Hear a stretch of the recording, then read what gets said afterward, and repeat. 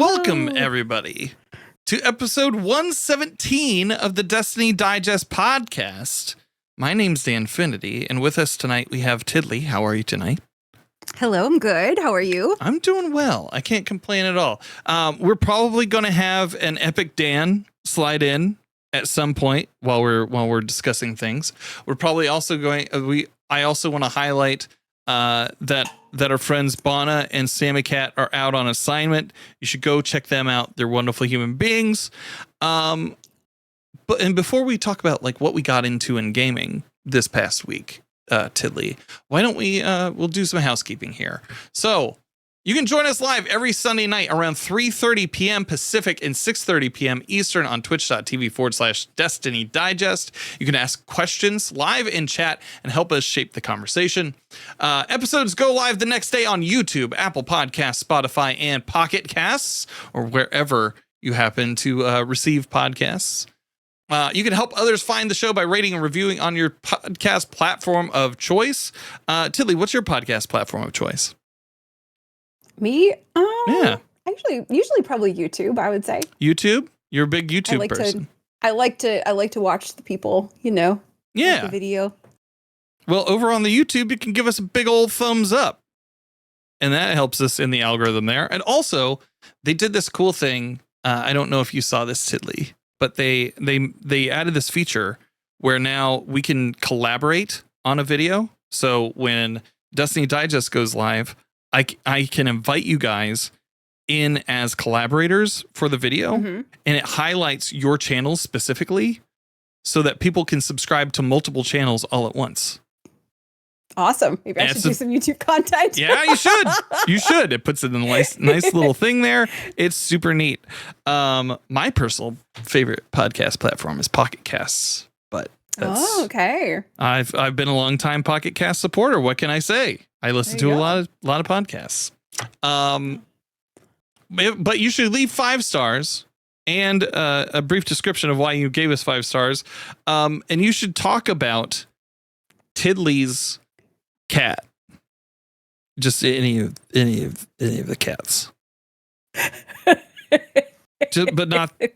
Oh my God. Dan! Listen.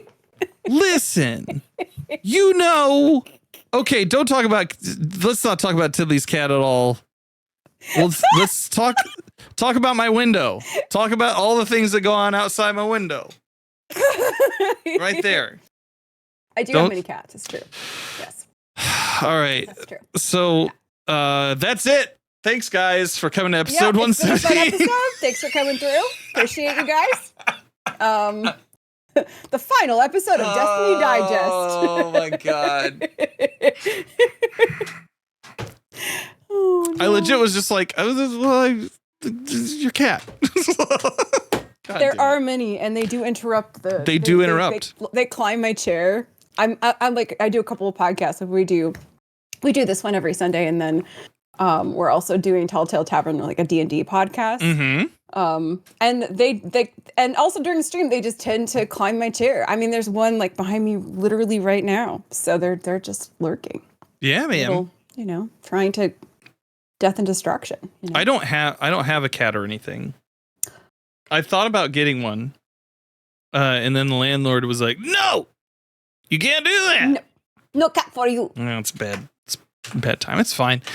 We pay criminally insane amount of money for this apartment. So like, and by that I mean like on the way low side, like to the point where it's like I don't even think our landlord understands what money is. So like, so you don't want to object. You don't want to, I'm not pushing that envelope too hard into the financial apartment scenario. No, I'm not pushing that too hard. You're like not gonna push the issue. You're like, it's fine. We don't need cats. Yeah, sure. They barf on the floor anyway. It's sure. fine. I'm fairly certain we're getting our deposit back, so that'll be freaking sweet. You never know. You never know. Yeah. Speaking of never knowing, what games have you been playing this week, bud? Oh, that's a great question. Yeah. Oh my goodness. So I took the week in Vegas, right? Mm-hmm. So I've been feeling woefully behind on all of my homework for Borderlands 4 in particular, and also Destiny 2. I'm like level 350 something, Okay. so I haven't gone up a ton. So I did a little bit of leveling this week. I actually did some trials today. Oh, yeah. I know. How did you feel? Actually we did the baby card, like the Mhm. casual card, and we lost 2 games and it was just so easy. It was so Okay. easy. I mean, granted, like I recruited one of like my sweaty friends, but like it was Right. basically 2 more casual PvP players and then like one more like slightly more sweaty one. Yeah. And we dropped 2 games, like, and it was just chill and fun and Yeah. mostly really good. There also was no one in the playlist. Oh, okay. We matched the same team like 4 times. Like there's no one in the playlist. It's dead. I think it's dead. I don't know. That was my experience of trials. But Aisha's Embrace rolls with Withering Gaze. And if you guys watched the Epic Raid contest, we discussed it last week on the podcast too. Withering Gaze is a way to apply a debuff at range. So it's something that's useful in the Epic Raid because there are boss encounters where applying Tractor Cannon is more challenging, and so Withering Gaze it has utility. So I really was only in trials to get a gun for PvE, but it was not an unpleasant experience. My husband does get angry when we don't win. And then we finish. He's like, I'm not mad at you. I'm just mad at the game. I'm like, yes, but I'm an empath, so I don't like it when you get mad. So trials. So trials was actually like, it was fine. I stopped playing PvP in Destiny mostly because I felt like cannon fodder, and that's an unpleasant experience in video games. But I didn't feel that way today. I did feel like and I think that matching the same teams is because we were 3-stack. Yeah. So maybe that's why Postal isn't having the same experience, because I'm not sure if they were solo queuing, it might be a different experience. But as a stack, we were matching the same teams. So I'm not sure in terms of the matchmaking. But so trials, and then I did my first clear of the Epic Raid this week too. Cool. We did that on Friday, which was I loved it. I thought it was fantastic. I ran it with CG, who's a world's first belt holder, and Bergen, and somebody else from Clan Indebted, so who are like placement contest people. So it was very easy. Yeah. I ran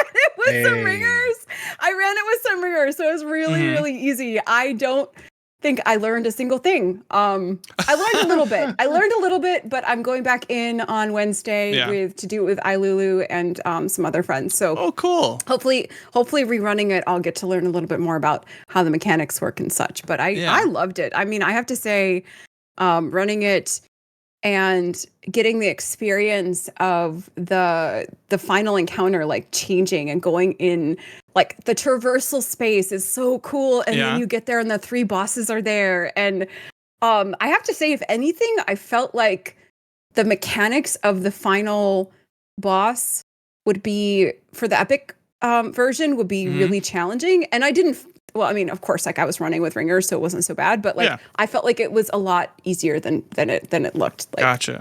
I mean, obviously we're running at a contest level, so it wasn't so bad, but I loved it. It was super, super fun. I can't wait to run it again.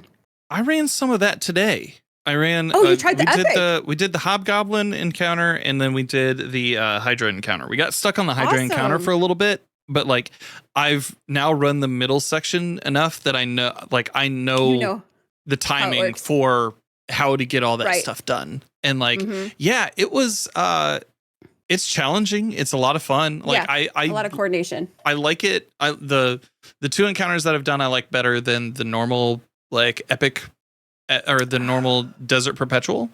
But like, I want to see that somebody in chat today, I think it was Cryo Phoenix, said earlier. He was like, this is what I want to see the disparity be in this type of activity going forward, like where you have kind of the training wheels raid that still is rewarding for you, but then you get like this one that really pushes you. Yeah. I think for the Epic iteration, it's definitely going to be a different scenario for teaching and carrying people through it, because I do think that more people are required to do more mechanics. Like it's there's less people just chilling in a corner doing ad clear. Can you actually teach the Epic Raid Just since both of y'all have run it now. I haven't taught it yet. Well, no, I'm just saying, in context, do you think you'd feel comfortable teaching someone? I think it's one of these or things. Would you rather them have the first normal version experience? I mean, I don't think you would. I don't think I would teach it unless somebody knew how to do the normal iteration. That's what I'm saying. And also, I don't think you could teach it from scratch because I think there's just too much going on. I think that, like Dan was saying with the training wheels, I think it's important for them to have the base level scaffolding in order for them to learn like the more challenging iteration. I also don't think that I would go in and bring a large group of new people. I think you would probably take maybe one new people at once. Yeah, one or two. Yeah. I don't think you could probably do more than that. Just unless it. I mean, although Dan, you do like a lot of these helps where you help like multiple people in challenging content. It just it's how long are you willing to devote to it, right? Epic raid teaching 5 people. That's what I was asking because everything I've seen now that both of y'all run it, it's I cannot imagine someone in a decent time frame. Yeah. Yes. Teaching 5 people through that. Kind of like how Salvation's Edge was for the first couple of months was super hard to teach 5 people. Yeah. Yeah, exactly. Verity in particular, teaching like a bunch of new people. I think you could do it. It's just you would be doing it for 12 hours. Like, do you wanna spend 12 hours teaching 5 people or do you want to take 2 people through in 3 hours? Like, what kind of like time commitment do you want to do? And there's another thing to that too of like, so in comedy, there's the concept of a hat on a hat kind of thing. And that's what I feel like the Epic Raid does. Not in a negative way, but like in comedy, it's normally known as like a negative thing. But like with the Desert Perpetual, like the Desert Perpetual raid is the hat. Like that's the story that you're going for. And then the Epic raid is just like, okay, we're just going to add this much else to it so that it feels like it's over the top almost. Like, and it does in several situations. It feels very stressful to knock out some of those challenges as you're going through on top of the stress of the already from that raid. So I don't know if I would we were talking about it today and like I don't know if I'd teach brand new people the thing, but like I don't think so. Yeah. I think it's the kind of thing like with Verity where you would teach people how to do the outside mechanic the inside mechanic first. Yeah. Like you don't know who's getting teleported. So you would teach them inside. And then once people are comfortable with the inside mechanic, then you might teach them how to do dissection. Yeah. But you wouldn't just jump in with dissection. You would just be like, we're going to teach you how to do the inside mechanic because you could possibly get teleported. We want you to be comfortable with that. More likely going to be pulled in. Yeah. Correct. And then maybe next time you run this, if you really are interested, we can teach you how to do dissection. Yeah. Like I think it's the same thing for this raid. I certainly don't feel comfortable teaching it yet because I've run it once. I haven't done all the mechanics. Like I want to rerun it and do more of the mechanics. But man, the epic iteration is very, very cool. It's very fun. Oh my goodness. It's challenging. It's challenging. Yeah. I had to do roles that I haven't done in the past. Like on the Hydra, I did the outside like rotation in the beam. Oh yeah. And then I'm usually inside rooms. I don't usually do. I needed a refresher on like how to do the wipe reset on that. But that was fun. It was really, really fun. I really liked that. It took me a couple tries to get it right. So it's like now the next time I go in, I want to try other roles and see if I can get better at it. But it's great.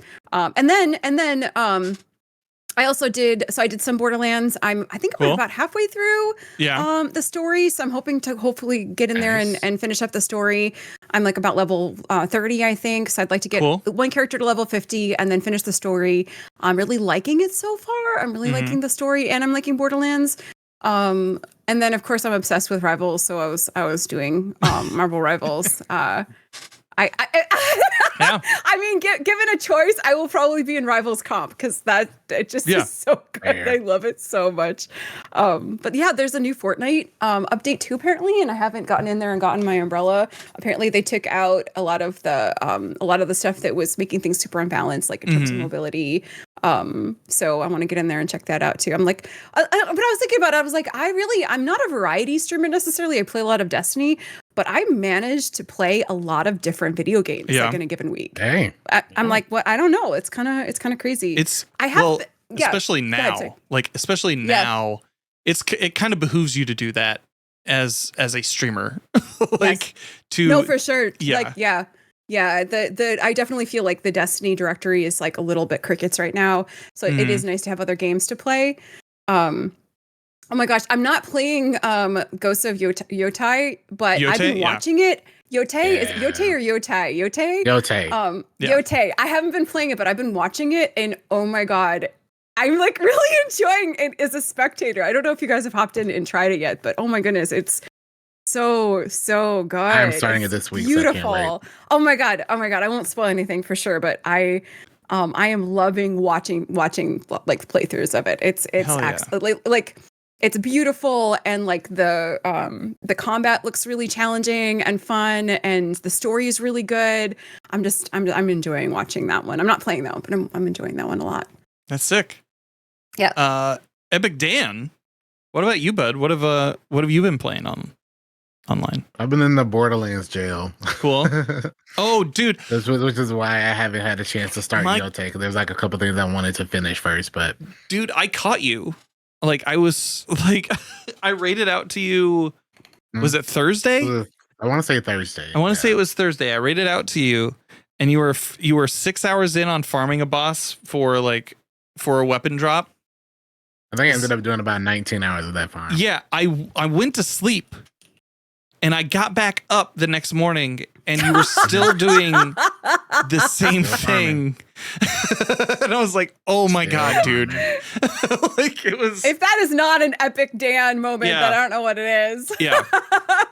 It was, you were going for the same to thing. Farm, and I'm going to farm it for Oh man, it is. The farming is very fun. Like I'm enjoying the story and the humor, but I'm excited to get to endgame so I can just farm bosses, because like that, like the loot and the min-maxing and the builds, like that is the meaty, exciting stuff. I can't wait to get there. I haven't gotten there because I'm behind. So it's funny because like I was telling my chat that day, is like when I first started streaming a long time ago, way back in the olden days. In the aughts. I got known originally. I first grew a following behind farming in Borderlands 2 for a armor shield called the Sham.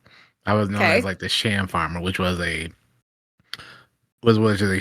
legendary shield that could only drop. Well, it could drop from a few places, but the rarest version was from its actual location called the bunker.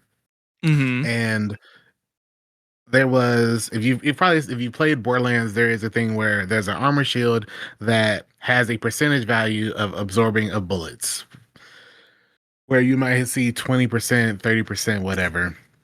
But from the bunker, you could get anywhere from 78% at its base to 94%. Mm-hmm.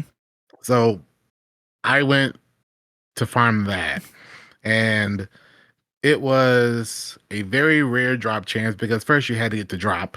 Right. Then you had to get it to be at the maximum amount, which was 94%. And that took me 10 and a half months of every day. What? Just doing the same boss over and over and over. Wow. You have the patience of a saint. Dan, oh my goodness. Wow. So it's funny because farming in Borderlands, I had people saying, how could you do this for 18 hours? I was like, well, you're like, this is where I started. This is your origin story. Close. Yeah. You're like, let me tell you about the time, youngins. This is not even close to what I started doing. And there's people in Destiny complain. Yeah, I think that's why a lot of farming in Destiny doesn't bother me, because there's not a lot of stuff in Destiny that is. There's probably one thing I can think of, which was in D1, which was the perfect Imago grasp of Malak. That's the closest I can think of farming something that was on the same level as farming for like that. So like every time I do stuff in Destiny, they're like, how long are you going to farm this? And I'm like, I could farm this for a year if I got to. Like that's my limit at this point. Right. But to mention what you were saying, like that's literally what I was doing, was farming for a very rare hybrid weapon from this boss. Mm-hmm. And I never got it. You never did? Even after? Nah. Okay. Nah. But it's also super rare because you had to get it with like multiple things at the same time and stuff. Yeah. And how close did you get? Like X% out of 10 or X number out of 10. I think I got about 400 or 500 drops of the weapon. Okay.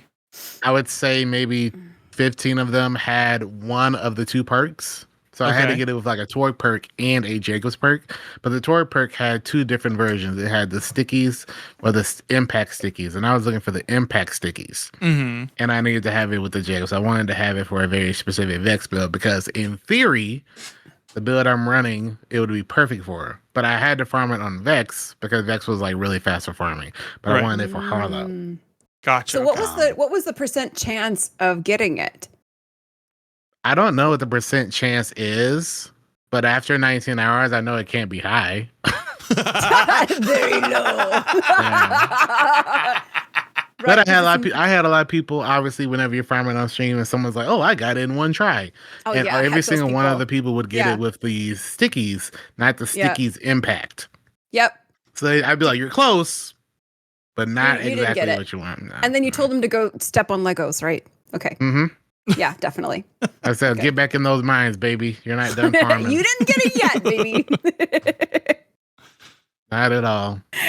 So that's where I've been. Yeah. I was gonna start Ghosts, but I was like, there's a few things I wanted to finish. Yeah. There's a couple builds I want to finish before the next patch. But like, I might just take a break and go ahead and do Yote this week. But Yeah. Yote. Yeah. Oh my knowing gosh. me, I'm so I'm gonna excited go back for you. into the mines tonight probably. Yeah. You're like, I can't stay away. I love it for you. can't. Yep. Yeah. I know for like this week I haven't been able to play a ton of games outside of stream. I mean, even my streams have been a little bit short this week just because we're trying to get everything wrapped up Ready before for the trip. leaving next week. And so Yeah. yeah, like we actually did our I was telling Tidley this before the stream. We did our ETA today, which is something that you need in order to get into the UK now. And it is something where like ETA. yes. So you have to download an app. You have to take several pictures of your passport and your like your biometrics and everything, and send that in with like I think it's like £16 or $22 here US, and they send you a your ETA is good for like 2 years, so you can just start going like as long as you have your passport, you're able to go into the UK with that, and they're going to be doing something like that. Okay. In the EU starting in Q4 of next year. So it's kind of like getting a visa out of the country. It's it's a whole thing. So we spent like 10 minutes doing that today and received our acceptance like within seconds after putting in our application. Wow. So yeah, it was fast. It was easy. All it took was $44 and some change. So you would probably say that their government is open. Oh yeah, their unlike government. Other people's governments. Yeah, it is open and functioning. Working. I don't know. Yeah, I don't know. I don't know, man. I don't know what to say before going on this trip.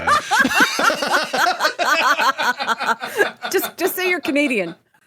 So I was joking about that. I was like with our bags and everything, we should put like a Canadian flag on them.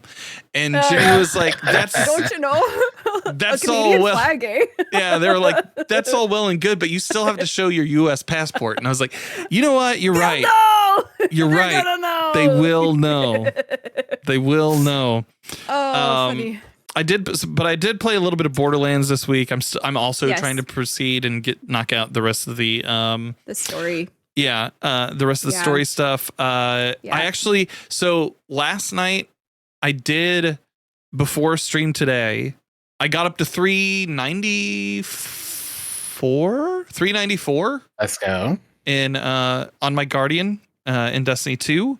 Nice progress. Just running the new activity over and over and over again because you get 3 guaranteed drops each time, and it's match made.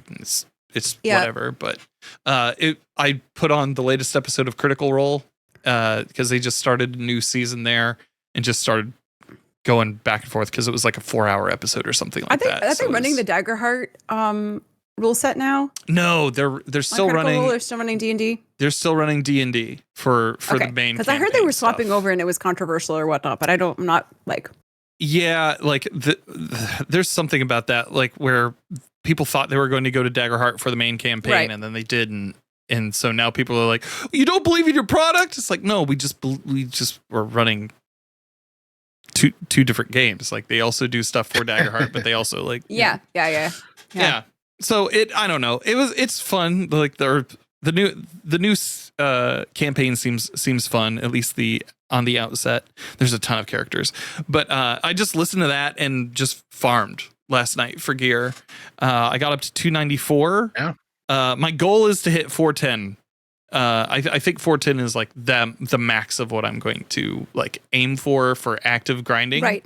And then there's an update where we get +3s past 400 mid-month or something like that. Yeah. I think Yeah. the 14th. October the 14th. That sounds about right. Yeah, I'm going to be gone for a couple weeks. I think being gone for that duration of time from video games and then coming back to it will actually be very nice.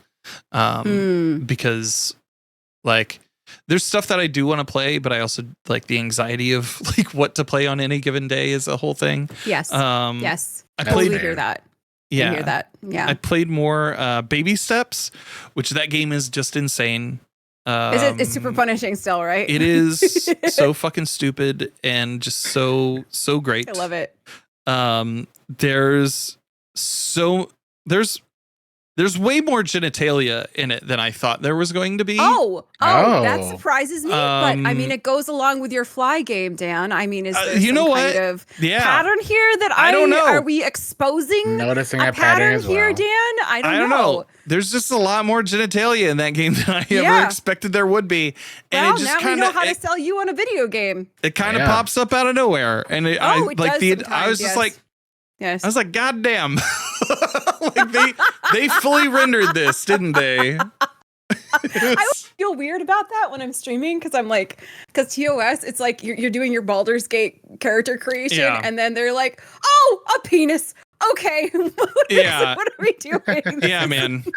I'm like, okay. Not only did they Oh, render man. it, but they focused on it. Yes.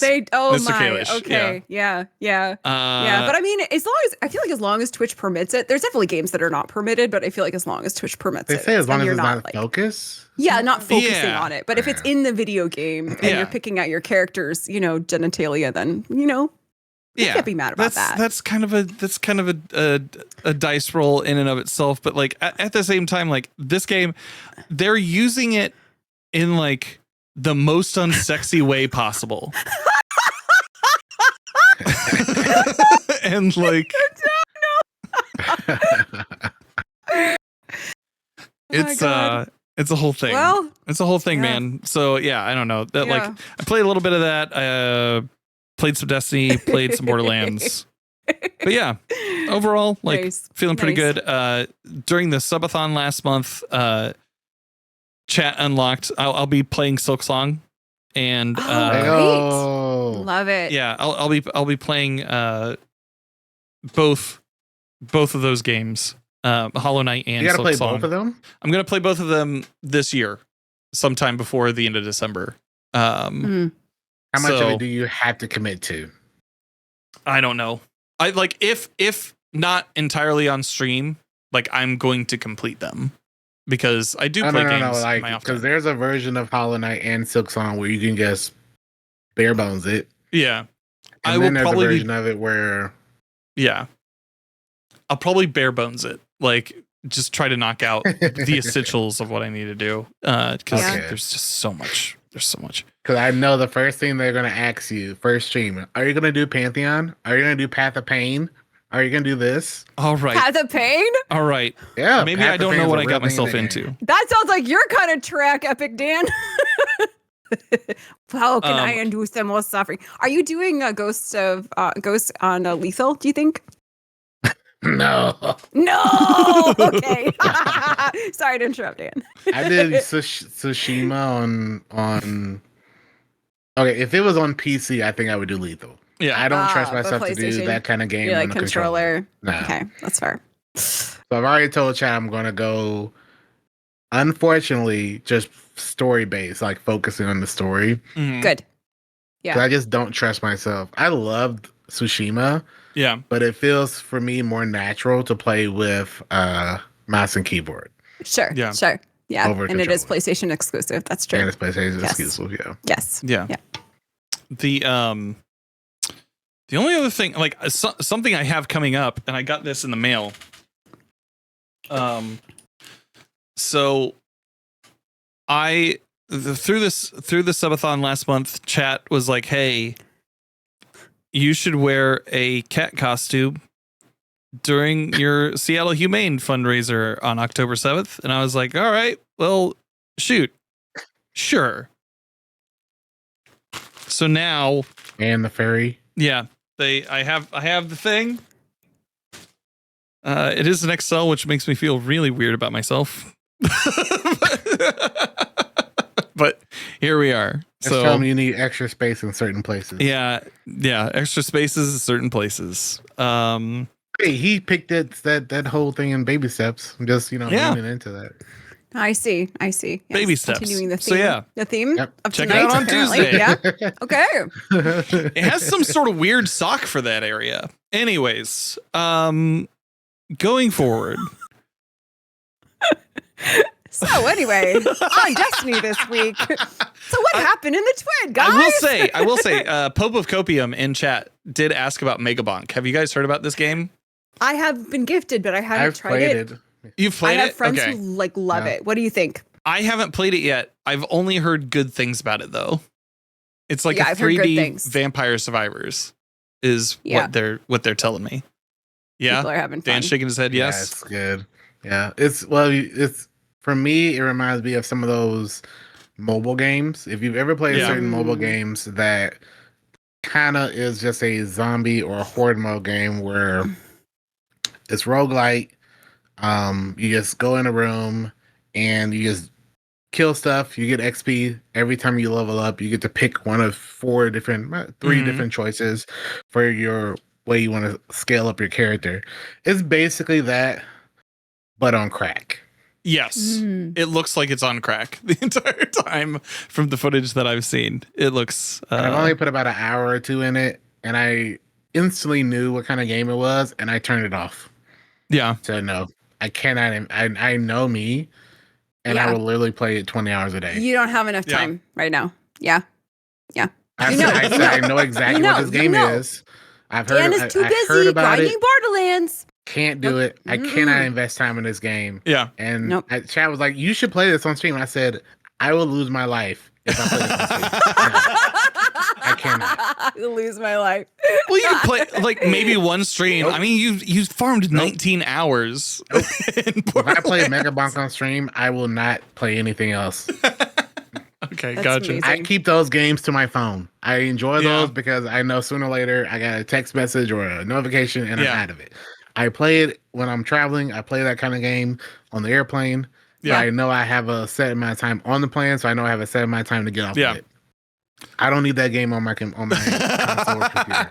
No, I have that is the kind of game I'm super addicted to. I still have Blatro on my phone, and I've been playing that like on planes and stuff, and like Yeah, just as addicting. Like, yeah, I don't know. there are certain games I like to keep to my phone, Mhm. and those are the kind of games I like to keep there because I know I can't play on my phone for X amount of hours. Yeah. Right. But I enjoy my time on those kind of games because they're really fun. They're really chill, very almost mindless Yeah. in a way. Mhm. And I know sooner or later, me playing on a phone, I'm going to put it down. Yeah. Yeah. Nah, I can't play this game. I think it's really great. I'm glad for those people playing it. I won't be one of them. Mega Magwitch turned me on to a game called Balls, probably like in 2018. It's BALZ, and it's just a brick breaker game. And he, You know, Dan, there's quite a theme of today. look, God damn it! To say anything. I wasn't trying to steer it that way. All right, It wants what it All wants. right. I know. okay, all right, Destiny stuff, I guess.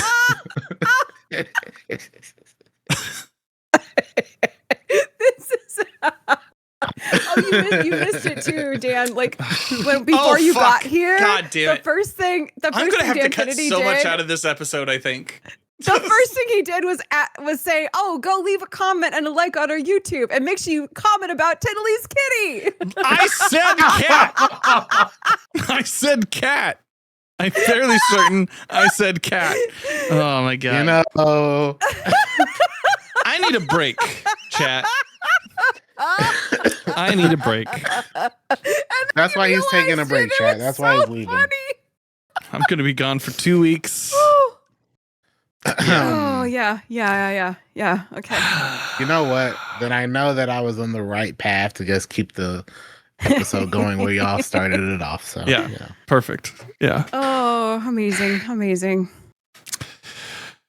Anyways, Destiny 2. Yeah, so Destiny 2. So Destiny it's kind of 2. a light twid this week. Very light to it mean, this week. I feel like the big Yeah. piece that we were talking about was the exotic mission, which is coming out pretty soon. Yes. Yeah. That's kind of exciting. Yeah. Let's pull that up here real quick. My apologies. Yeah, so we have so the twid this week, there was like they talk about Arms Week returning next week. Are there any weapons that you're really interested there? Like Not really. yeah. None of them seem like ones that I wanted to use currently. Mhm. I might get a couple just for future or just to say I have them, but like personally, I'm like, maybe, but I know these weapons will come back again later. Maybe then I'll be more interested in them. Yeah. Maybe something meta shifting happens and makes some of them worth having. So Yeah. I think I'm glad that Arms Week is just passive. That you don't actively have to like launch Yeah. into it yeah. if you don't want to. So like this will be something that like I'll probably play a lot of Destiny on Tuesday. Just because the new exotic mission comes out, and like if I get anything from this on the backside of that, perfect. But Great. yeah, not really.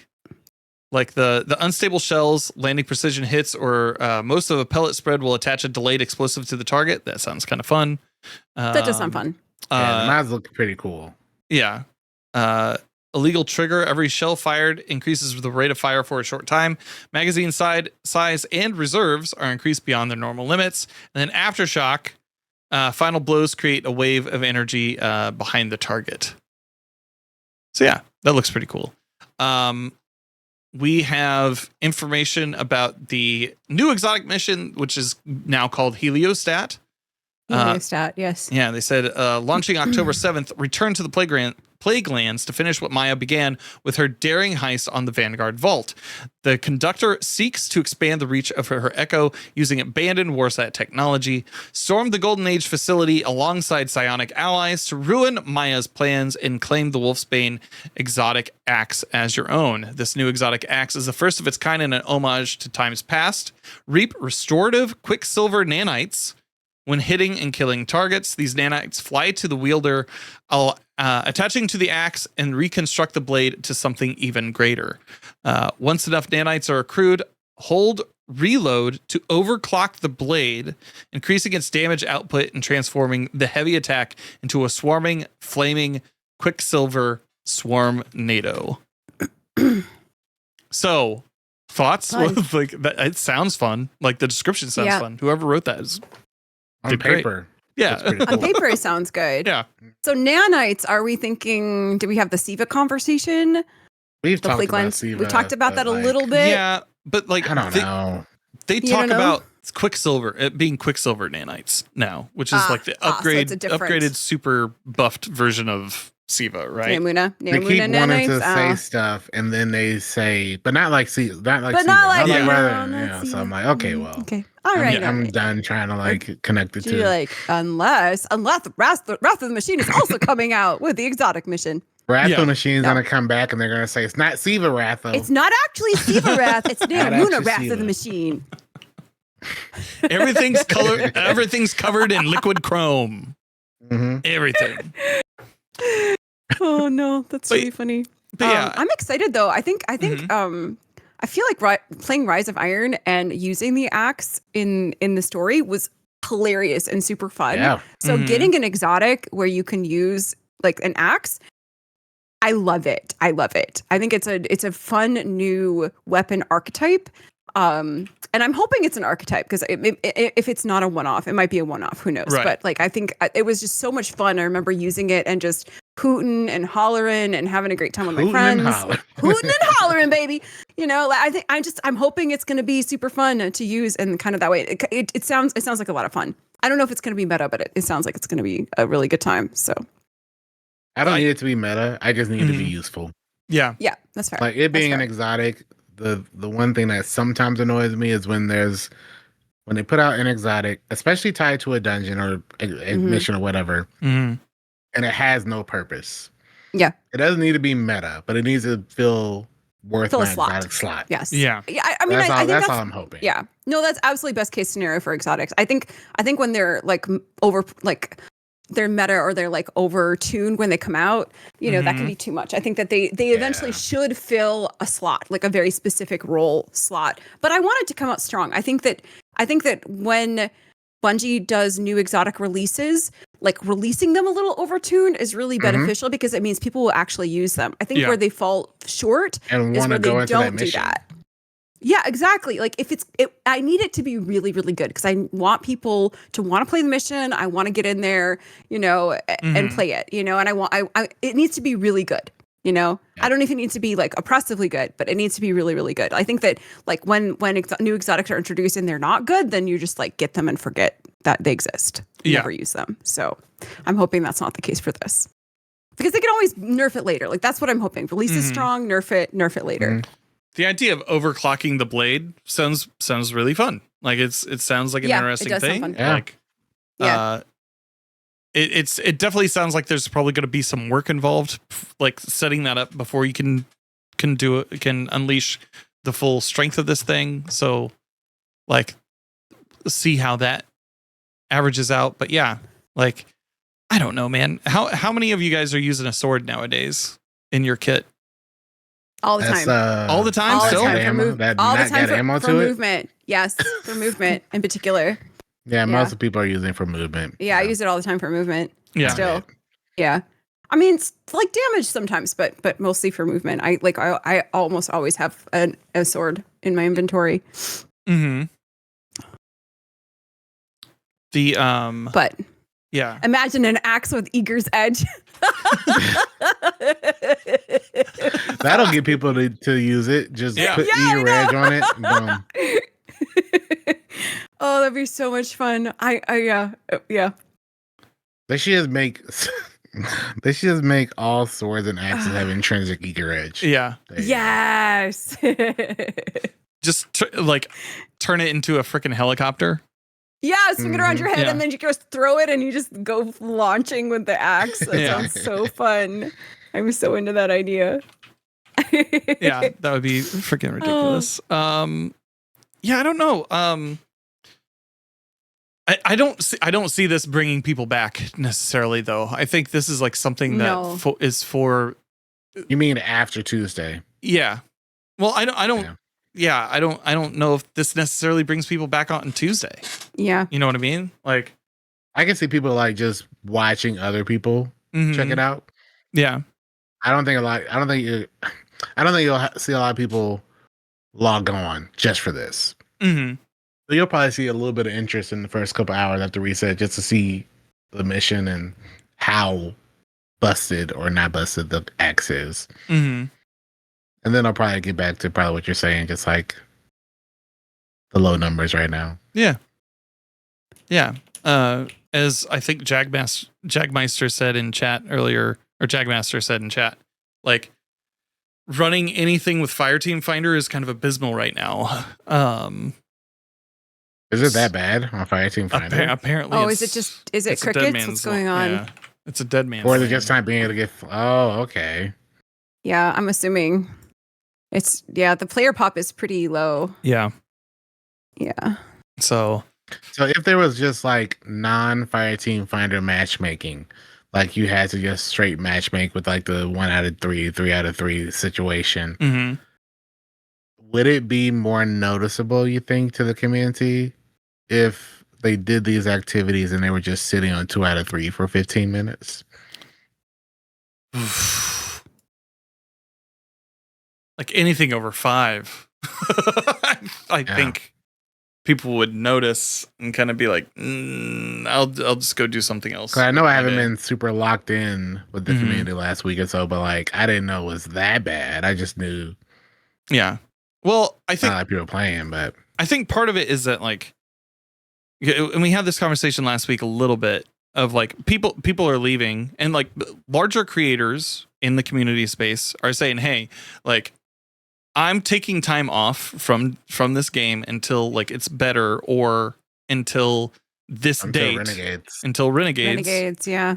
And for the time being, I'm not going to be playing this game. I'm going to take a long break because, you know, like they spend a lot of time in that game.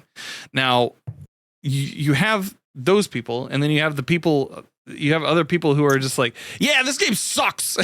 like, you know, that are online. This game sucks. And so I think you see like people kind of dogpile and bandwagon when creators leave. And like, so seeing that's the negative side of being a creator, though. Yeah. Know? I don't think people realize that, like, because I know, I can't remember what creator. Someone put out a video recently talking about how the community was, the game wasn't as bad. Maybe not. Yeah. They were saying there's still some good left in the game right now. Yeah. But like people were dogpiling on them from what I know. And it's just for saying something positive. Yeah. Like in a time like this, how dare you be positive? How dare you? How dare we got it. We got it in our YouTube comments. I'm sure. Like, yeah. Like it was like somebody was like, these Destiny YouTubers. I was like, well, I mean, we're YouTubers now, baby. Let's go. Baby. Yeah, baby. We made it. We're somewhere else now. Oh, man, that's. I mean, I feel like that's like a pretty typical thing for YouTube comments, though. Yeah. It's like you kind of expect the worst to happen there. Yeah. But it is unfortunate. Why do people engage with it though? That's yeah. I've been doing it so long, but like, I still don't understand. Like if you like anytime I'm not really interested in the game, I don't actively engage with it in a negative light. Yeah.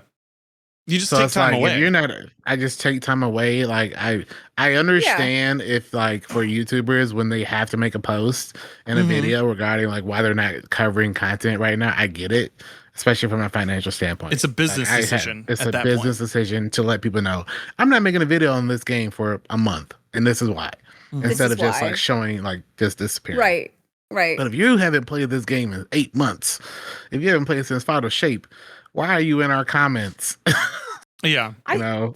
It does. I mean, it's the whole argument that apathy truly is the antithesis the enemy. To right. Like if you don't care, then that's the opposite versus like love, you know, right? You love something, you know, the opposite of that is not caring at all. If you are actively engaging in YouTube comments, that takes effort. That takes, you know, you going in, logging in, and you know, yes, thank you. I always feel that like it's like oh my god, I don't want to make that comparison. It's anyway, but yeah, no, I'm not. Okay, so if you make this comparison, will I be able to leave the country?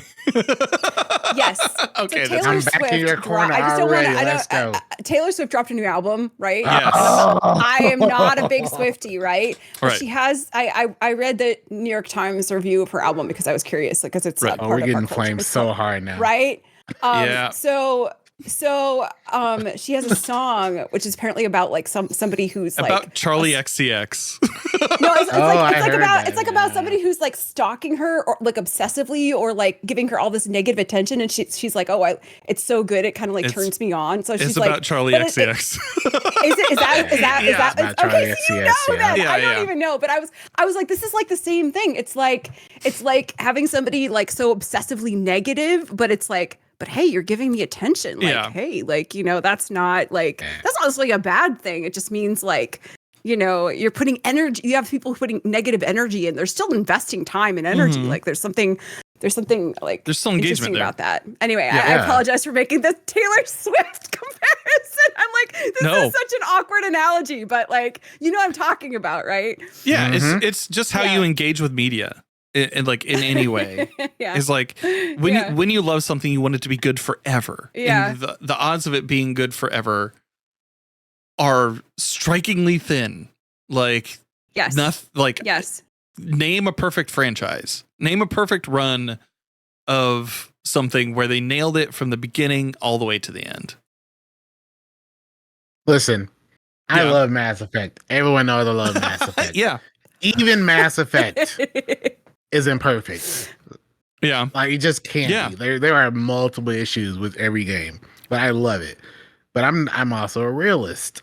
yeah. It ain't perfect. Ain't nothing perfect. Yeah. You know, it's just It's also a Absolutely thing right. where like people like dogpiling when something is going poorly, and right now Yes. like Yes. there's a lot of negative flack for Bungie, for the developers, for the leadership of Bungie, because of decisions that were made specifically about Edge of Fate.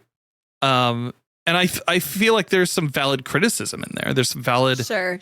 like I don't like everything about the Edge of Fate. No. And And I when we feel like we reviewed are it, critical on this podcast also, Yeah. like frequently, you know, so it's not like, yeah.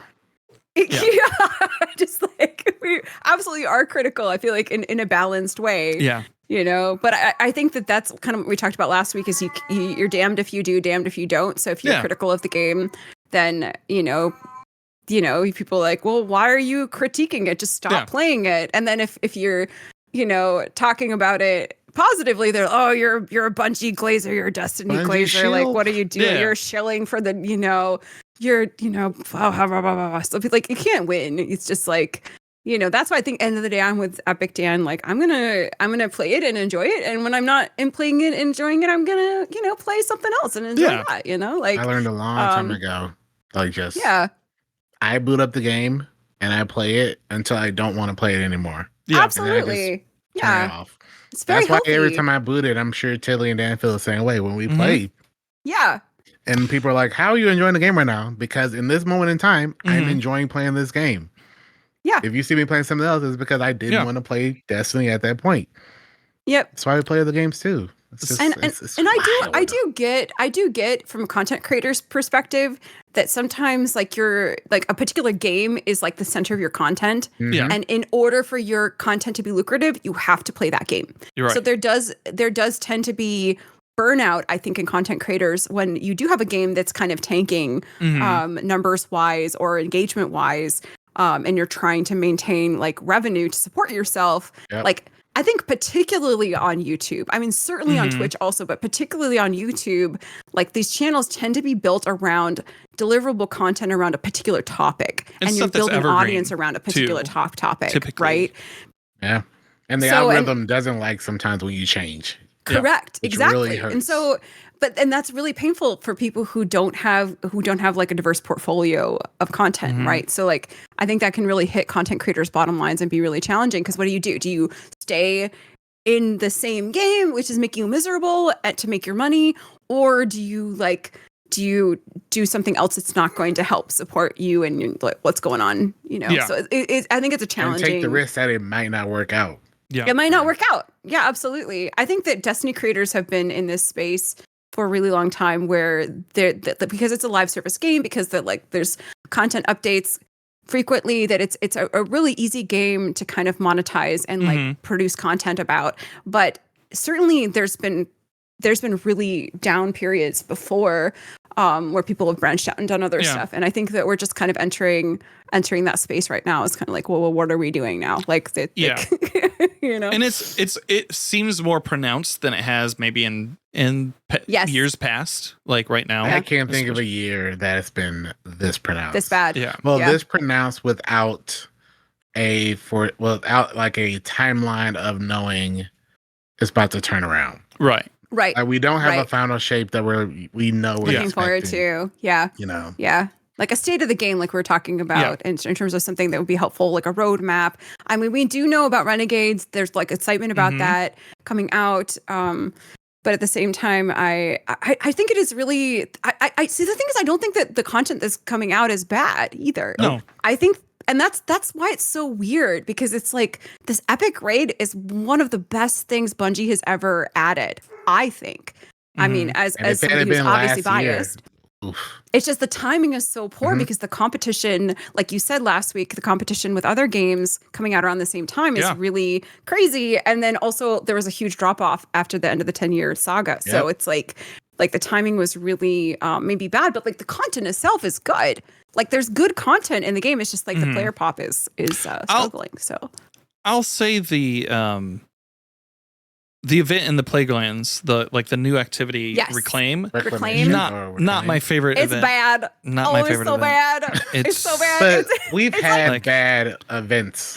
Yeah. Or like activities. Yeah. It's just weird that like this one, it's just the timing. Because like we've had some really bad ones, like Seraph Towers. I know some people out there are gonna be like, Seraph Towers, Seraph Towers are my favorite. Oh, that's my Seraph favorite Towers was activity all the bad. time. But the rest of the game, like there were still people playing. We just didn't play Seraph Towers. There was just you played other stuff. Yeah. When we were doing it's just the timing. When I was on Planet Destiny, it was around that time when the Seraph Towers things were going on. Yeah. And myself, Aura, I would say myself, Aura, Nim, and TBL. I think all of us like spawned into a location together, like the old way of like timing it out and shit. Yes, and yes. And we were playing it, and Aura's just like, "This is just throwing balls at uprights, dude. I don't know." And like, if you know Aura well, like that, you could probably hear that in his voice, and absolutely, he was. It was that for that entire event. It's been that way for a lot of different events. Reclaim is the first one in a minute where I've been like, okay, this is balls and uprights. Like I get what we're doing here. I don't necessarily see value in doing this outside of getting the 3 pieces of gear to progress my power level. Like, Yeah. It feels like patrol the activity. Yes. But make it painful and hard. But make it hard. Yeah. I'm like, no, I'm good. Yeah. Thanks. No, so thank you. I don't know. Back on theme, Dan. It's true. It's back on theme. It'd be better if it wasn't so slow paced. Like, imagine if you guys got tossed into one section that had like waves and hordes and stuff. I don't know. Yeah. That would be like Escalation Protocol, and that would actually be fun.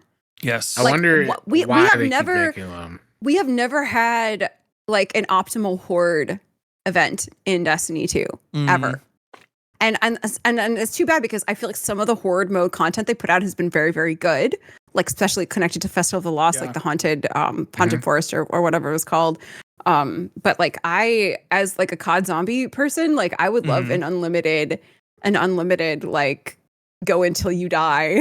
Yeah. Horde mode. I've always wanted that. I would love that. I would play that so much. Yeah. Oh, I would love that. But also see, my annoyance with that is I know Bungie. They would give us finally that and tie like revive tokens to it, tie other like stuff we didn't technically want. Yeah. Besides like scaling difficulty. Like Onslaught was close is what Trev Hero says in chat. And like yes, like it was fairly close. A version of that where you could just keep going until you die. Like just make everything maybe you hit just swarms and swarms. Maybe you like, hit a reward plateau or something. Take out the boss waves and like make it infinite waves. Yeah, just make it waves of like of thralls, you know, like just like give me like thousands of thralls. Like I don't limit the time, don't limit like, you know, make it more difficult as you go. Just like make it so you can reach whatever level you can. And then, you know, God, I would love something like that. Yeah. So but I'm also kind of excited about Festival of the Lost. Like I know we haven't really gotten any info on it, but I feel like that they could do some fun stuff. I'm excited to see what the set might be, and then also if they're going to allow us to get like good armor like they did for the last seasonal event. So hopefully we'll get some more info on that pretty soon too. Eddie in chat says, I think Reclaim is seen as worse because it's seen as they've messed up a beloved location. Like they can do it right because Yes. they did it literally last season with the Nether and Dreadnought. Exactly. Yeah. I like I the think Nether. excited about the Plague Yeah. Lands and the Plague like Lands, being no locked to Siva. this. Yeah. Plague Lands is kind of not getting the Nether treatment, even though I'm not a Nether lover.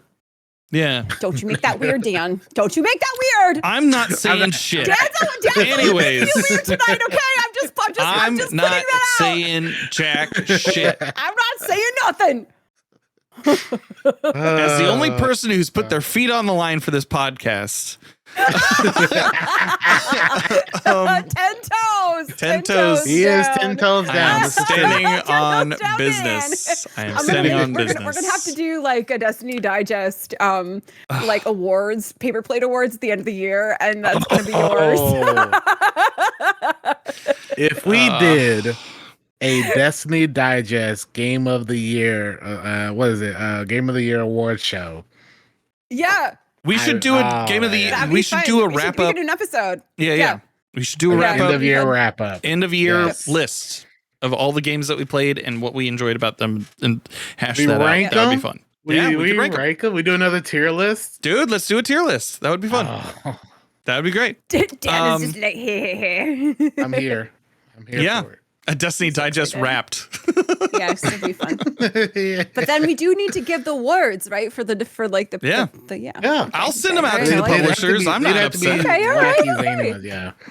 Oh, you won this Destiny Digest award, and they're like, "Thanks," and That's then right. toss it in the trash. Congratulations. Hey, Continuing, put it on your wall. continuing with the TWID, the Heliostat first run. So when creating the new exotic mission, originally named Warsat Heist, when we first announced, we wanted to provide a chance for players to tackle the new mission with friends for the first time, or help new friends get their first completion clear while still getting potential rewards.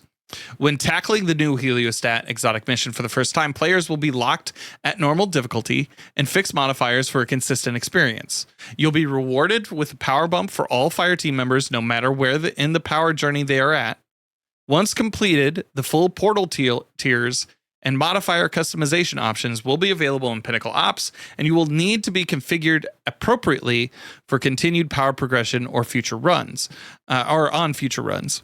It's important to note that players who have not completed the first run cannot join a normal unlocked version. However, players on the first run can invite players who have already completed their first run to play with them. Players have 200 power, above 200 power, who have already completed their first run will get tier 1 rewards capped at 200 for playing with friends through their first time Heliostat run. And players below 200 will have already completed their first run, or who have already completed their first run, may still receive rewards that gain them power while running through Heliostat for the first time. So my question is, how is this different originally than how we used to do encounters and raids and dungeons? How is this any different? I don't think it is. Yeah. I've noticed a pattern in the last month or so is where some things that they are announcing As features? basically just as features is basically a new version of what something we had previously. Yeah. So it's almost like they're doubling down, not double, they're rolling back choices or changes, but Mhm. they're like, we got something new, but it's something you used to have, but we don't call it that anymore. Yeah. But with a small tweak included. It's just an interesting choice.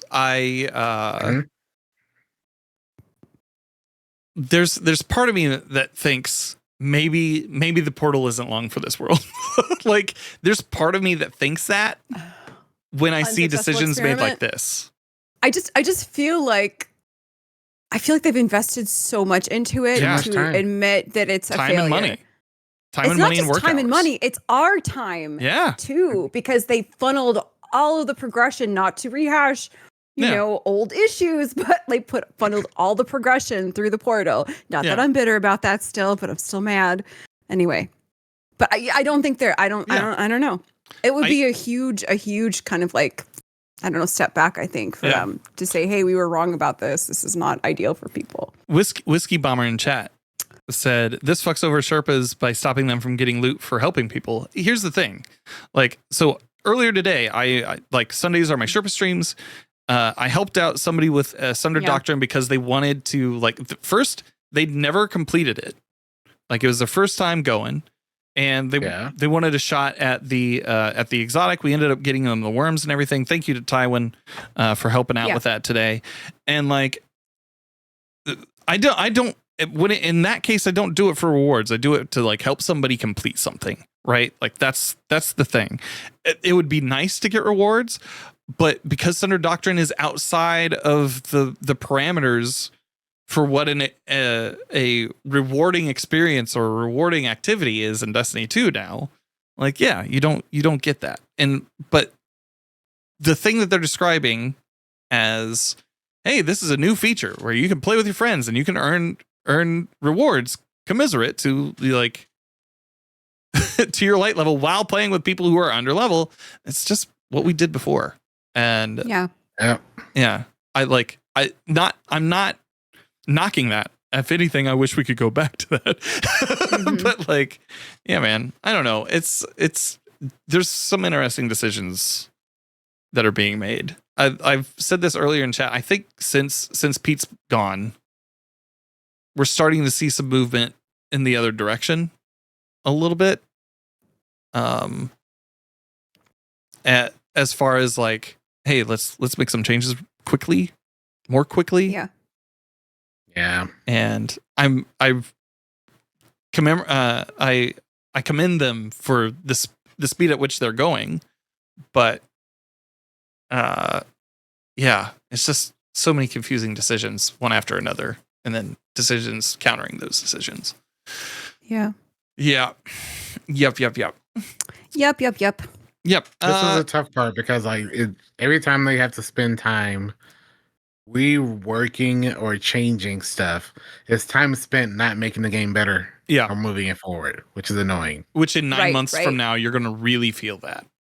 Right. Yes. Right. It's true. Yeah. So, yeah, man, it's tough. We did get some weapon changes coming in update 9.1.5, which is going to be a small update. Ammo system Crucible. While the special ammo meter system allows you to heavily invest in it and obtain sufficient uptime, players who don't invest are struggling to earn even a minimal amount of ammo. We want to make sure to not increase the amount of ammo available at the high end while bringing the low end up and making it more reasonable to run a special weapon even without heavy investment. They increase the special ammo meter gains at no to low investment for primary ammo weapon final blows by 33%. For adaptive hand cannons, they increase the range from 36 to 46 on the finite impactor. Increased handling from 45 to 55 and increased reload speed from 40 to 50. For spread shots, they are increasing bonus damage versus combatants from 8 to 15%, reduced range by 5%, increased spread by 10%. They increased recoil by 25 and reduced handling by 10. For sidearm heavy bursts, they're reducing the base damage taken. So reduced body shot damage from 33 to 31 and reduced the critical hit damage from 52.8 to 49.6. So those are some of the weapons and ammo system changes that are coming very soon. Other than that, very dry twid. Very dry twid. Very dry. Yeah. Very dry. light. Yeah. Yep. So, Jagmaster, sorry, Dan, but the movement is very slow paced. I think they threw a whole bunch of wires on top of more wires, and now they have to unwire things, is what it feels like. And so when you've done that, you have just a tangled mess, and you have to be careful which wires you cut in order for other things not to break all the time. And because right now it's a hypercritical state in the game where any wire that they cut that breaks something is going to like cause them more scrutiny online. It's just a whole thing. I don't envy them at all, but yeah. It's a whole thing. I don't know.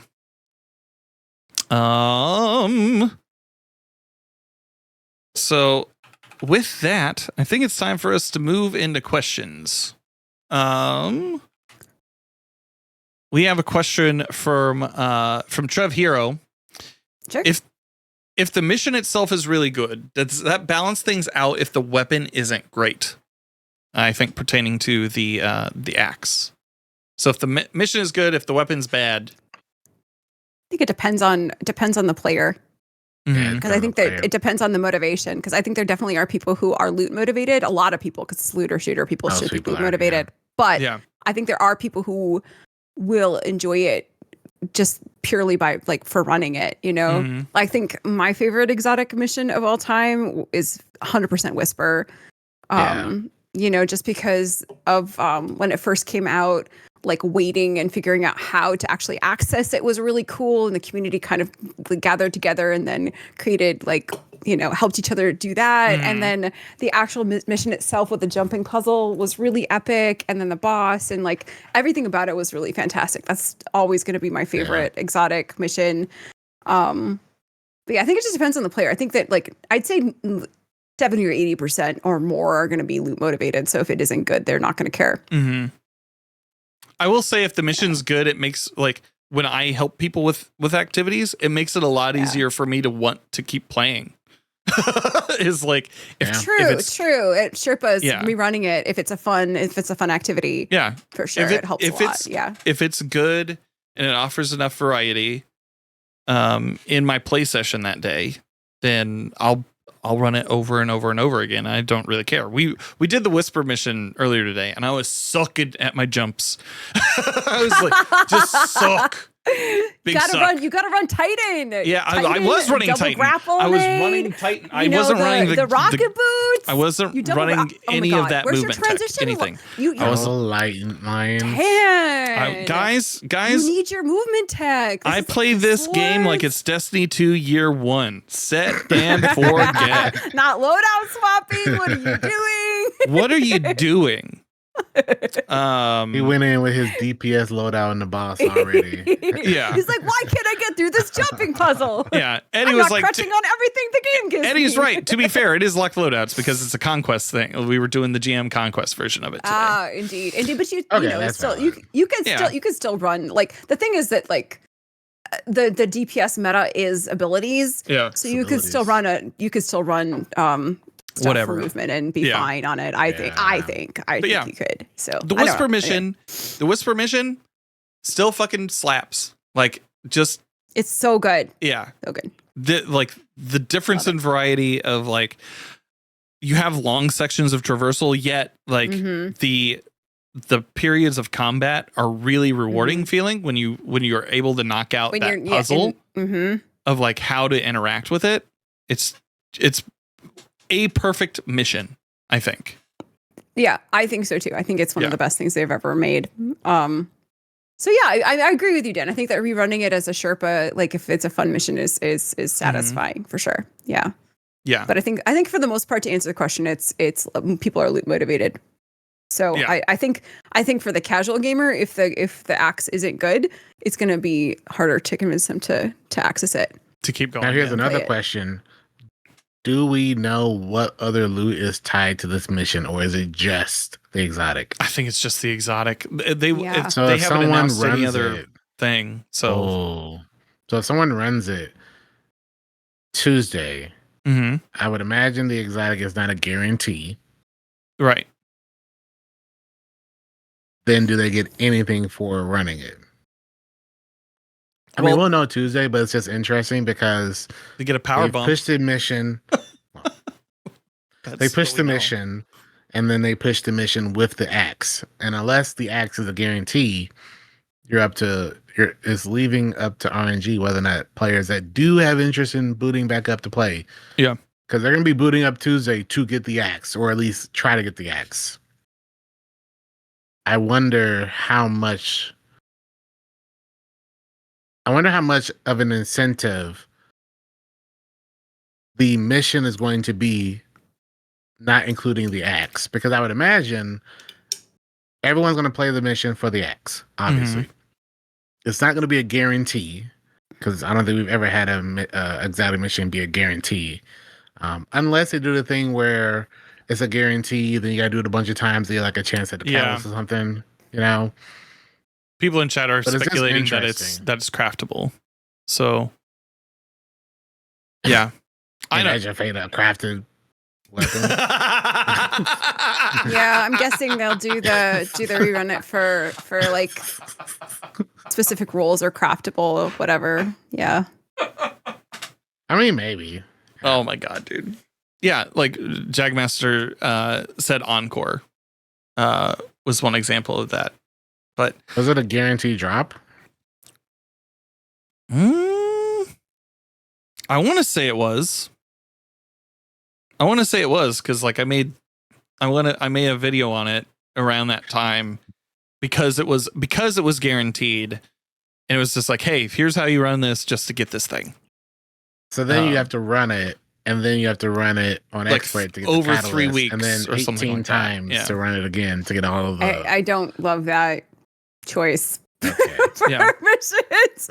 Let me Look, tell man, you, so now getting the I gotta catalyst play- from Sundered was so painful because Look- I hadn't done any of it. Oh my god. So they're doing that route yeah. that they've done with like the last couple. I think of it's missions. presage. Okay. I think it's presage is like Bear what I died, would put Presage. it toward. Yeah, all of the exotic missions as Yeah. That's Chess the pointing last out. couple. Yeah. Okay. Yeah. They're like, you must run this I don't again and remember again. how you got them. So, well, no, I remember. Well, I remember doing Encore one time or twice, but Yeah. I think that's because I did it once to get the exotic, and then Yeah. I remember running. You it probably one did a run time with on all of the expert, catalyst and stuff. I did everything. Yeah. That was like a 4-hour run. I did every single thing, so all 18 things dropped at once. Yeah. Do we even know what expert? I would imagine expert mode is dropping as well Tuesday.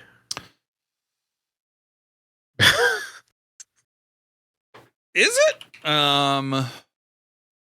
They want me to log in every week this month, so they probably won't. Yeah. To be like, no, I've Borderlands 4 homework to do. I'm busy. Yeah, I think they I just gotta stop my mentioned ghost too. they just Oh. mentioned the normal version, and then they mentioned like being able to amp up the difficulty afterward in the portal. The full portal clears. Once completed, the full portal clears and modifier customization options will be available. So like you're able to run it once on normie, with fixed modifiers, for consistent experience, and then after that you get to run through different. Next week's gonna be an Difficulties. interesting podcast episode. Yeah, We're gonna yeah. be talking about all of the experiences with it. I won't be here for it, but I don't know. If you have to wait and they're time gating this whole thing, yeah. I don't know how many people are gonna boot up every week just Yeah. for it. Yeah. That's the- if it's time gated, yeah. though, too. Yeah. That's if it's time gated. Like it could be If it's that. crafted, then it probably is. Yeah. 'Cause I you're don't gonna know. have like every week you gotta run it to get like the next perk or something. Mm-hmm. They haven't mentioned. They didn't mention in the TWID that it was crafted, but so I don't know where chat's getting that necessarily. But I don't know. Probably because of the history of the last year of Yeah. exotics all being crafted, like Encore and Slayer's Fang and stuff. Mhm. I guess that's valid since history is on their side with like all the way up to Nether Barrow Diet and stuff. Yeah. I totally forgot that those were crafted. So Yeah. and Outbreak and Whisper are being crafted. So kind of all the exotic missions are now tied to Yeah. Correct. crafted. Yeah. Don't like it. It's full, not Destiny 2 related, but have you guys tried Ghost of Yotei? If not, are you planning to check it out? At the beginning of the stream, we talked highly about Ghost of Yotei. We did. None of us have played it yet, except for I think Epic Dan is going to be playing it soon. So I there's the get to answer hop for that. in this week finally. So Yeah. I've been watching it and loving everything I've seen. It's not the kind of game that I'm interested in playing, but oh my goodness, it's beautiful and the combat looks amazing and like the Mhm. story looks really good. I can't wait to hear Epic Dan's thoughts when he gets in there. I really wish it was on. I really wish it was on PC. Which is on launch. mouse and keyboard. Yeah. Well, not computer. just that, but like, I hate to go back to Tsushima, but after playing Tsushima on PC, Mm-hmm. I cannot think of a more gorgeous game I've played on PC than Tsushima. Yeah. Cannot. Like, I literally, chat will tell you that was there, that those streams. I spent an hour at a time just looking at like the sunset or doing something. And then I'd be like, this would be a very good wallpaper. And I would sit there getting the appropriate thing with like my character holding the sword this way and everything, getting the very perfect wallpaper. I was like, this is so good. So much time in photo mode. I love it. So many. I mean, I guess it kind of ones. shows you it'll show you how good the PS5 actually is. Mm-hmm. Right? Now, here's the crazy part. I've already booted the game up. Oh. It does Yep. not look as good as Tsushima Oh no! on PC. Oh no! Now, that Well, being hey. said, it is because for some whatever reason, they've made two different versions of the game, one for PS5 Pro and one Mhm. for PS5. I only Yes. have a PS5. But even the PS5 Pro at its best settings is running, from what I'm read, was either 4K 30 FPS, Mhm. 1440p 30 FPS, or 1080 60. I played Tsushima at 1440 180. There's no way it was gonna look nearly as good. Well, Right. you could just wait until it comes out on PC. I Yeah. cannot do that. In like 3 years. In 3 years when it comes out on PC. Yeah, Just man. wait for the PC version. So like I played like the first 10 minutes of Tsushima and I looked at it. Oh, not of Yote. Yote, It was yeah. Thursday. I was sitting here and I was playing it just to make sure it was all working. And I was like, and I tested all of the settings. I tested quality, I tested performance, and I tested ray tracing. And none of them looked nearly as pristine. And I was like,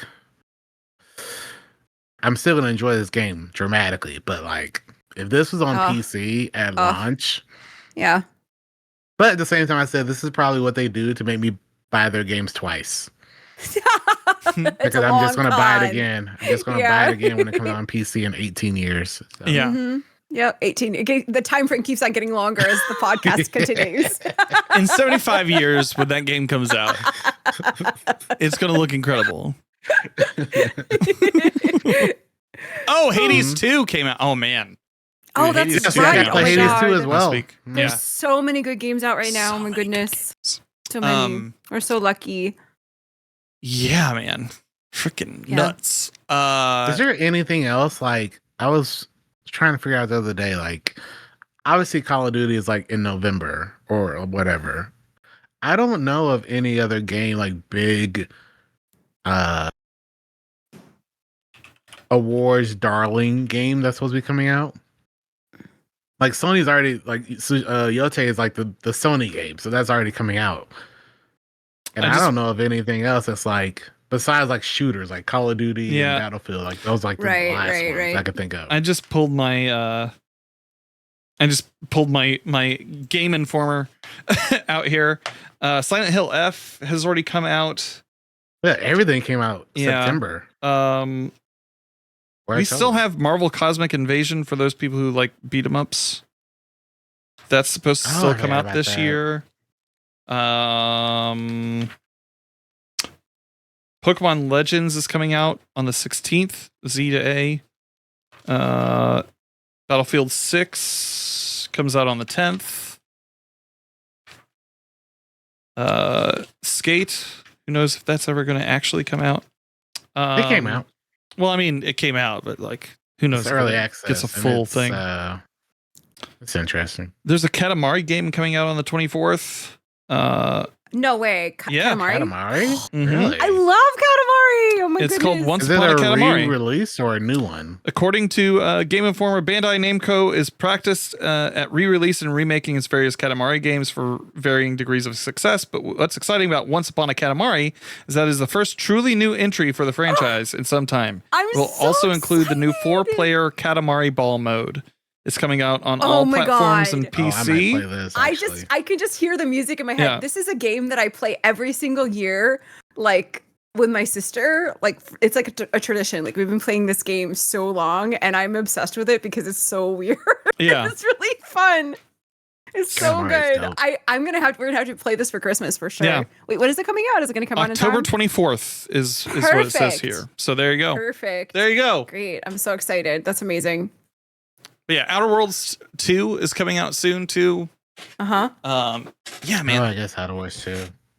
There's a lot. That's awesome. There's a lot Game of of good the year. stuff. Game of the year I contenders. was only are- mentioning it because it feels They- like Game of the Year is like after y'all take Game of the Year, like It kind of all falls the off. big ones. Yeah. Well, all the big ones are kind of like out. So now we could kind Yeah. of start feeling like, okay, this is where this might be. This is where this might Yeah. be. There's not like any more big heavy hitters. Mm.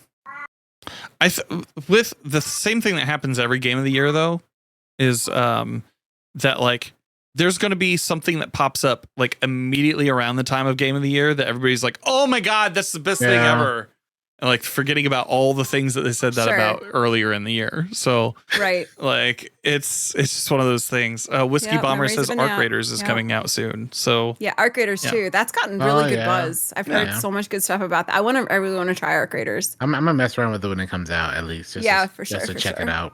yeah, there's Yeah. there's just a lot. There's a lot coming out. There's a lot to play. Question from Gray Fox: what is a wish or want for Festival of the Lost to shake it up? Just shake it up. To shake it up, I think they're going to go. I think they're going to go with with the formula that they've done for Solstice, and for like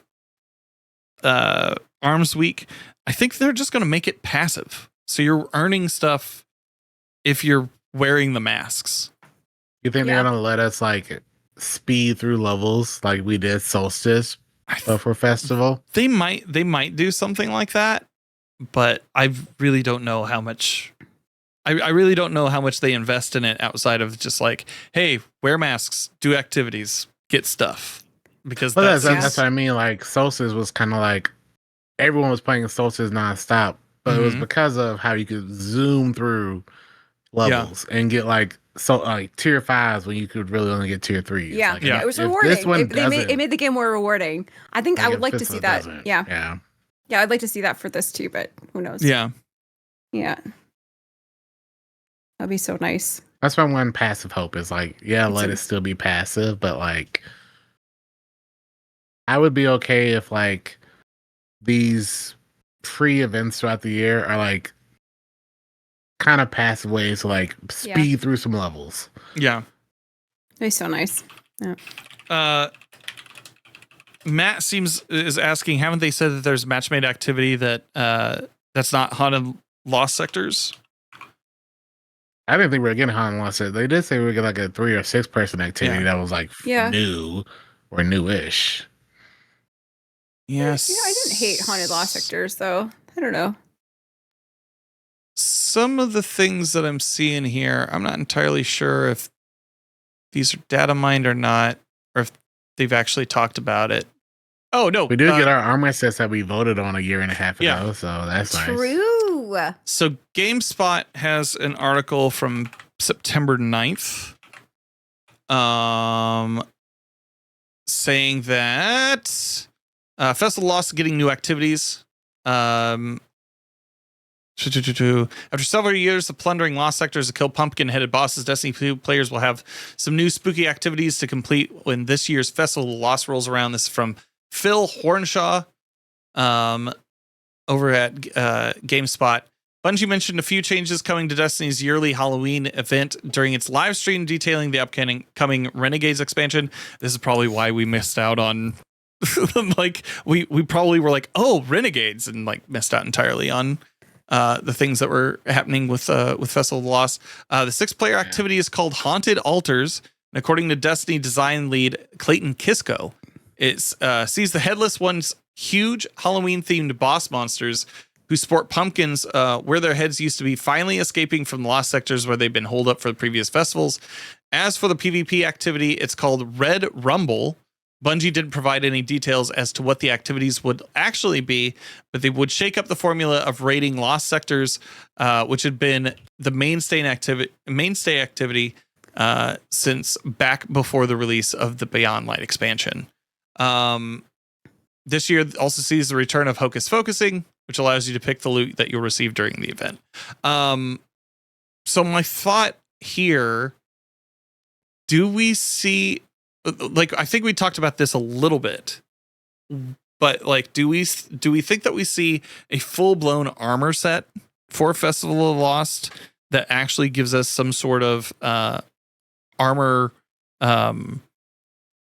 like baked in armor, like armor set identity? stuff? Yeah, like armor, like actual armor sets, or do we just see the I would probably say no. Yeah, I think they probably put all of their time in the one that people voted on. yeah. Would be interesting to have something else, but it seemed that like that's what we're getting, that one. Gotcha. Yeah. Because they probably would have promoted it. Mm-hmm. It would be kind of weird for them not to promote, you know, oh, you're getting extra armor, you know, or something. They would have put something out there.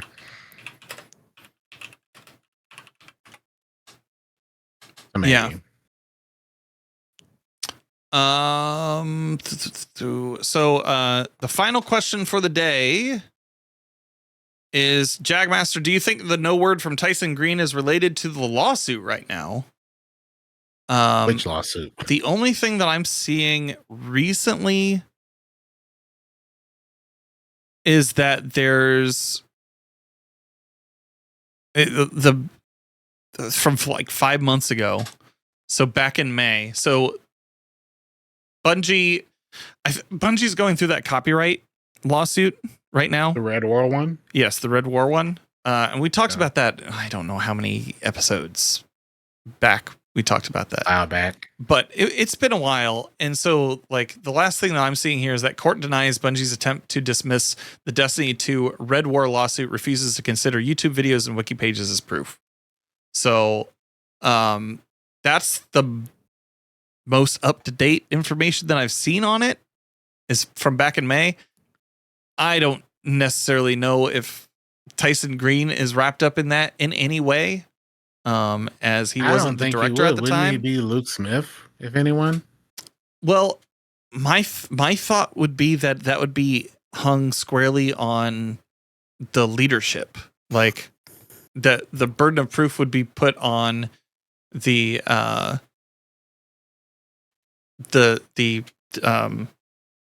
executive team to make any of that kind of thing. I don't necessarily know that just because he's a witness. Okay, can you send me a link to that source, please, Jag? I was just saying, in the sense, like, if Luke was obviously the narrative, like the lead guy, during Red War, I would imagine they would have had the executive suite and then like the person that was helming the ship at that point, if anything. Yeah. I really don't know. That's an interesting thing. I don't even know if Tyson Green was working at Bungie then. I think he's been working at Bungie. Like, I don't think he left. I think he's been working at Bungie.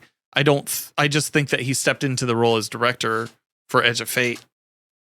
Yeah, like more recently. He might have been someone in a much lower position. Like, imagine being a QA tester that went up the branches to CEO, and then like you are the guy that they're trying to put on something that was when you were like doesn't make sense. Yeah. I really don't know. So it'll send me a link to a source or something there, because I don't know necessarily that that's connected at all. Other than, like, we also know that Tyson Green is not a very active on social media. At all. Like, at all, even previous to becoming the director on Destiny 2. I think he's somebody who's fairly private and has probably always been that way, and I don't know if that necessarily changes just with anything recently. We did see there was this little bit of information. I did post it in our shared chat. The Haley saw lady who's that, taking yeah. over too. Yeah. Yeah. So Hillary Hitty Hillary, I'm sorry. said news time. This was on the 1st. Happy to share that I've started a new role as the global franchise director for Destiny the game at Bungie. I've loved the franchise for what seems like forever, and I'm so excited to work on its future. So there is some movement in that regard, as now I think Tyson Green has a new boss ostensibly, like, because franchise director is like making sure the entire franchise is good. But yeah, that's the most movement that I've seen this week, at least business wise. Yeah. Hey, Matt makes a really good statement now that I think about it. In regards to the lawsuit, Yeah. why can't they? Is it because of Destiny being an online always game? Why can't someone that purchases somehow Destiny 2, base Destiny 2, like the actual disc, and boost that up? Why can't they use that? I don't know how like these kind of games work. I don't think. Like, I think it's just a key. I think the key, like the game that you are given, the disc that you are given, is just a key to the online content. Oh, so it doesn't actually, like, it's not a snapshot in time of the game. So when things are removed, so the game's not actually on the. From my understanding, years ago, is that it's like not. It's not what the game actually is. See, I remember. I guess the best way I can think of it, I remember back when I used to play on Xbox 360 a long time ago. I remember Microsoft did this thing where they started offloading the game to your hard drive, and when you play the game at first, it would then have a big download, the size of the actual game. The one I remember was Halo Reach, and it would be like a 60 gig download that stayed on your hard drive, but you couldn't launch the game unless you had the actual disc in your console. And I remember them saying that they were doing it for like to make assets run faster or something like that. I would imagine it's like that, where the disc is just almost just licensing. Yeah. Or like proof of purchase. It probably has some sort of That makes DRM. sense, yeah. Yeah, some sort of DRM capability in there too.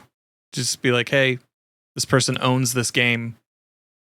Right. I'm sure if it was possible, they would have done it. Somebody at Bungie would have thought of that. Interesting. And would have done it. Yeah, but so it's a good idea. Yeah, I want to say like around the time one of the lore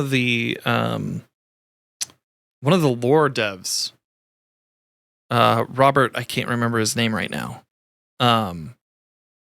said, I know where the files are.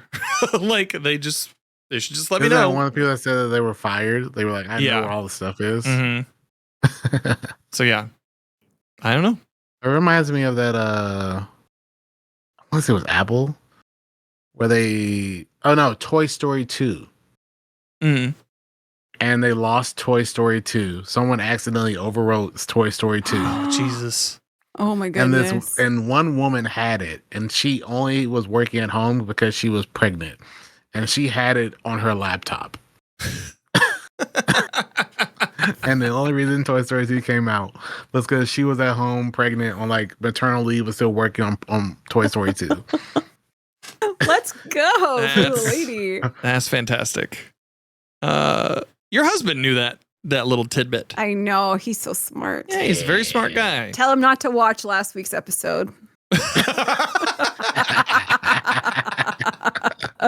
Hey babe, don't forget to like and subscribe to the YouTube. Like and subscribe. Leave a comment about one of my kitties. Yeah. Kemper said I saw the clip. God damn it. I'm glad I'm taking this break. Anyways, you are so busted. You're so busted. Jesus Christ. Anyways, I think that's all the questions fit to print. Yes, and we're done. I'm out of here. Goodbye. I'll send you guys all the files and shit so that you can run this circus next week. You're like, wash my hands. Yeah, when Yeah. Dan's away, we're taking this thing over. Take it Uh-huh. over. Take it over. Make it better. Tiddly, where can people find you on the internet, my friend? Absolutely. I stream Monday through Friday, 9:00 Central, on twitch.tv/Tiddly. So you can find me there. I'm also on the Blue Sky too. Mhm. Yep. Dude, did you see all the weird shit that's going on over there? I have not engaged in any of the drama. I saw Oof. some people It's a posting lot, about it, man. and I'm like, oh, that's not good. I mean, Yeah. social media is social media. Like, Yeah. there's, like I stayed on Twitter probably too long. Yeah. But that being said, like, is there a perfect social media? No. Is one better than the other? Probably. Yeah. Most definitely better than the other. So, and unfortunately, social media is also like part and parcel of the content creator situation in terms of promoting and whatnot. So it's like, I don't know if I would say necessary evil, but it's definitely, yeah, you gotta do the best you can with making decisions in that regard. So yeah, man. For the things that are going on over at Blue Sky, I think it's like they changed the terms of service. It blocked out a bunch of creators that started that really swelled into the platform early. Yep. And then the leadership has been shitty in how they've handled it. Yeah. Yeah. I love that. One somebody I saw a post that was like, Blue Sky should really understand that a large base of the people that they serve are okay with just leaving platforms. Leaving. I saw that we too. I'm didn't like, come what here. happened? Why are people? I'm like, but that's so true. Like basically Blue Sky is a mass exodus of Twitter. Yeah. Twitter. Twitter So users, yeah. so these are people who are proven to leave platforms that they don't like. Done it And once, you're they'll trying do to it piss again. them off. Go piss them off and see Sure. what happens. Right? Sure, knock yourself out, guy. Knock yourself out. That'll go really well. Oh my goodness. Epic Dan, what about you, sir? Where can people find you? You can find me at twitch.tv/epicdan22. Epicdan22 on pretty much all the time. For 19 hours. Now. Yeah. Hey, I gotta play Yote as well. So swing grinding Yote. You can find me there probably after the episode. You can find me on YouTube and TikTok, Instagram, Blue Sky. Just Google Epicdan22. You'll find me almost everywhere. My name is Danfinity, and you can find me everywhere, danfinity.gg or danfinitygg. It's all there. Go to my website. Go check the shit out there. danfinitygg. You can also find me on Twitch this week. I'll have 2 more streams before leaving for Europe this weekend. The first one will be a Seattle Humane charity event where we will be raising money for Seattle Humane. I will be wearing a cat outfit the entire time. Cat outfit. Yep. This cat outfit right here. I'll be wearing that the entire time. Sounds to me. Yep, it's a onesie. Yeah. And Thursday, I'm not entirely sure what we're going to be doing, but I'll have 2 more streams. Just come hang out, say hi, or don't. You don't have to either. So, all this to say, thank you for listening to this episode of Destiny Digest 117, and we hope you find what you're grinding for.